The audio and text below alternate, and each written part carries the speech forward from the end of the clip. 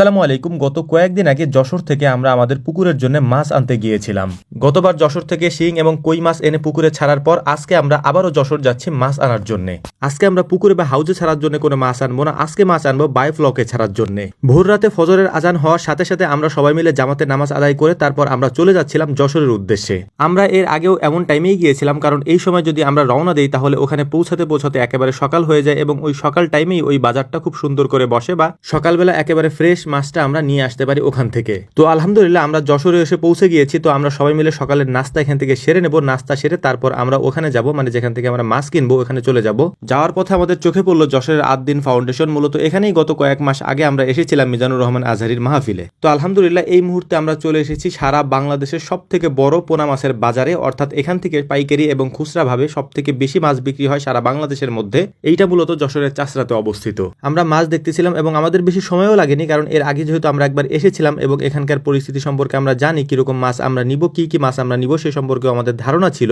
মামা মূলত ওই বায়োফ্লকের মধ্যে শিং এবং কই মাছ ছাড়বেন, এই জন্যই মূলত আমরা কই মাছ এবং শিং মাছই দেখতেছিলাম এবং সুন্দর করে দেখে পছন্দ করে আমরা কিছুটা অর্ডারও দিয়ে দিলাম। তো মামার মাছ নেওয়ার পাশাপাশি আমরাও এখান থেকে কিছু মাছ নিয়ে যাব, কারণ আমরা গতবার যে মাছগুলি নিয়েছিলাম তাতে আমাদের কাছে মনে হয়েছে আরো কিছু মাছ আমাদের ওই পুকুরগুলিতে ছাড়া যাবে, তাই আমরা প্ল্যান করে এসেছি যে আমরাও কিছু মাছ নিয়ে যাবো ইনশাআল্লাহ। গতবার যে মাছগুলি আমরা নিয়েছিলাম তার থেকে সাইজে একটু বড় সাইজের মাছগুলি আমরা এবার নিয়েছি এবং মাছগুলিকে নেওয়ার পরে যে অক্সিজেন ঘরটা থাকে ওখানে নিয়ে আমরা মাছগুলিকে অক্সিজেন দিয়ে প্যাকেট করে তারপর আমাদের গাড়িতে উঠাচ্ছিলাম। সজীব মামা, আমি, আনিস ভাই এবং এখানকার এক ভাই ছিলেন আমাদের সাথে। আমরা এই মাছগুলিকে এনে দিচ্ছিলাম মামার কাছে এবং মামা এই মাছগুলিকে সুন্দর করে গাড়ির মধ্যে সাজিয়ে রাখছিলেন। যশোরের এই জায়গাটাতে যেখানে এই মাছগুলি বিক্রি করা হয় এখানে একটা সুবিধা হচ্ছে, আমি আগের ভিডিওতেও বলেছি যে আপনি চাইলে যে কোনো ধরনের মাছ সিঙ্গেল ভাবে নিতে পারেন। অর্থাৎ আমাদের এখানে যে মাছগুলি বিক্রি হয় এটা মূলত মিক্সড মাছ, অর্থাৎ চাইলেই আপনি যে কোনো এক ধরনের মাছ নিতে পারবেন না, আপনাকে 4-5 রকমের মাছ একসাথে মিক্সড করে তারপর আপনাকে দেওয়া হবে। কিন্তু এখানে সেটা নেই, আপনি যে ধরনের মাছ নিতে চান সেই ধরনের মাছই আপনি এখান থেকে নিতে পারবেন ইনশাআল্লাহ। আমাদের সবগুলি মাছই প্যাকেট করা হয়ে গিয়েছে এবং গাড়িতে সাজানো হয়ে গিয়েছে। এখন আমাদের বিদায়ের পালা, এখান থেকে আমরা চলে যাবো ইনশাআল্লাহ এখন, কারণ আমরা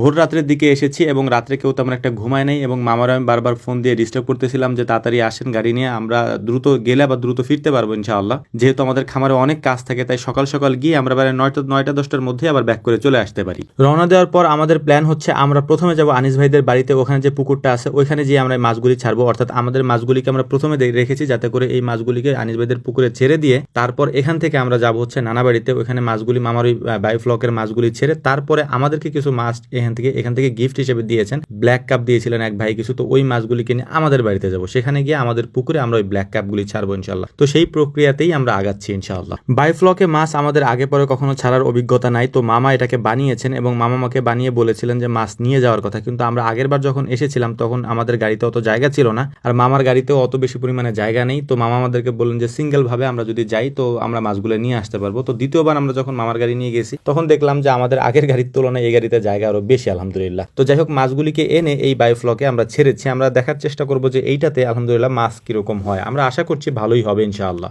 দুই জায়গার মাছ নামিয়ে দিয়ে এসে আমরা বাড়িতে চলে এসেছি। আমাদের কাছে কিছু মাছ দিয়েছিলেন এক ভাই, আগেই বলেছি যে গিফট হিসেবে আমাদের কিছু ব্ল্যাক কাপ দিয়েছিলেন। এই ব্ল্যাক কাপগুলি এখন আমরা আমাদের পুকুরে ছেড়ে দেবো ইনশাআল্লাহ। তো আমাদের জন্য দোয়া করবেন। আসসালামু আলাইকুম ওয়া রাহমাতুল্লাহ।